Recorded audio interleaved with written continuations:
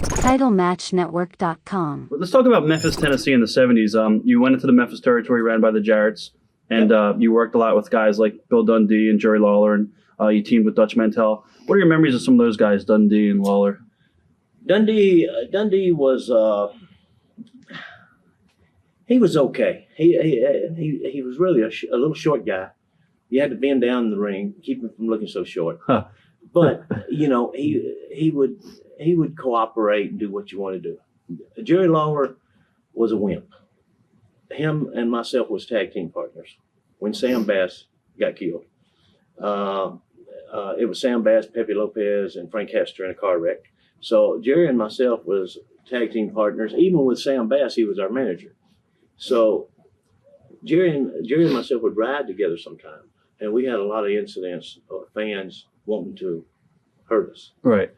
A couple incidents, Jerry would be talking down in Mississippi, and a fan would come along, throw a gun on him. I'd come around the back and grab the fan, take the gun away from him, empty the shells out, and give it back to him, or and Jerry would be arguing with a fan. The fan would try to hit him, so I'd just come around and boom, the guy is over. Right. And Jerry would never hit anybody. He was kind of like, but Jerry was a good worker in the ring. Good. He had good ring psychology, and plus he had the pencil. Oh yeah. He owned part of the business. Right. So Jerry's gonna get pushed, and he didn't want me to get pushed because I lived in Tennessee. Also, I would be a threat to him. Right. Dundee's no threat to him.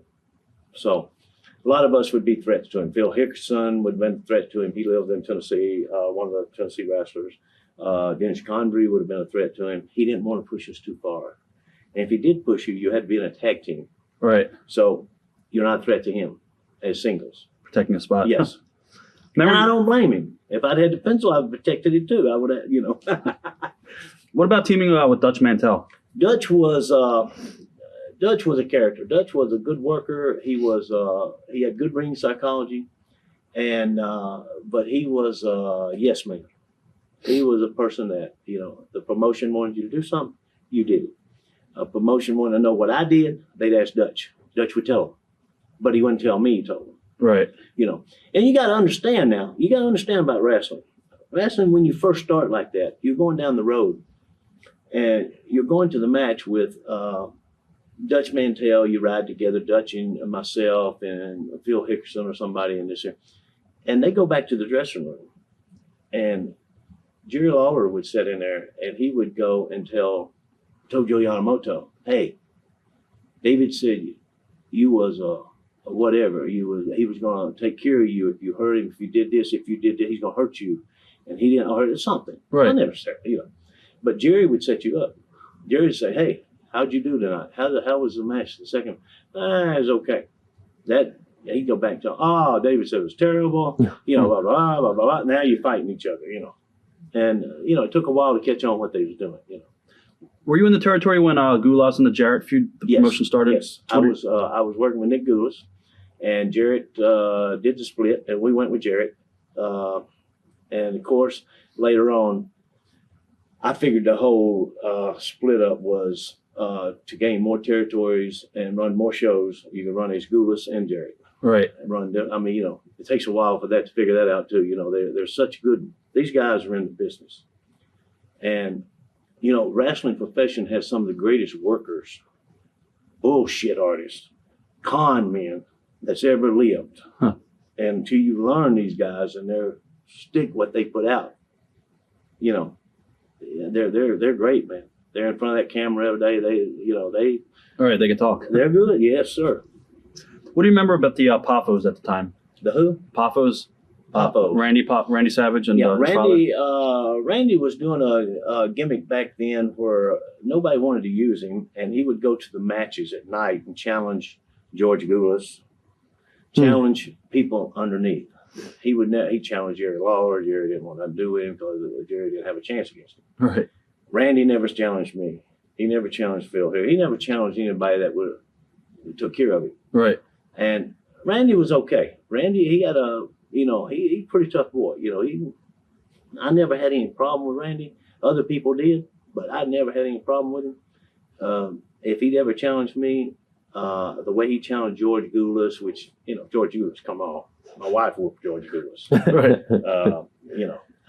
Don't take nobody to challenge him. But it worked for Randy. He later on he got the opening WWF. Vince wanted somebody up there that he could manipulate, and Randy was ready to answer the call. And I guess he did good. But I never had any problem with Randy. He was a heck of a wrestler. He was a good baseball player, I heard. And I never seen him play baseball, but I heard he was good. You also teamed with Roger Kirby. What are your memories of that? Roger Kirby was very, very good worker.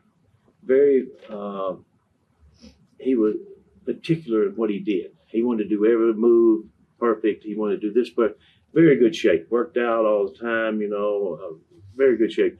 Very good wrestler. Nice guy. Never raised his voice, never got mad at anybody.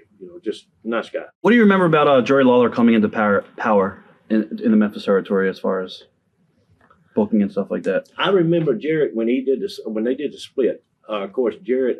The rumors were that Lawler put in some money and got a percentage of the business. Right.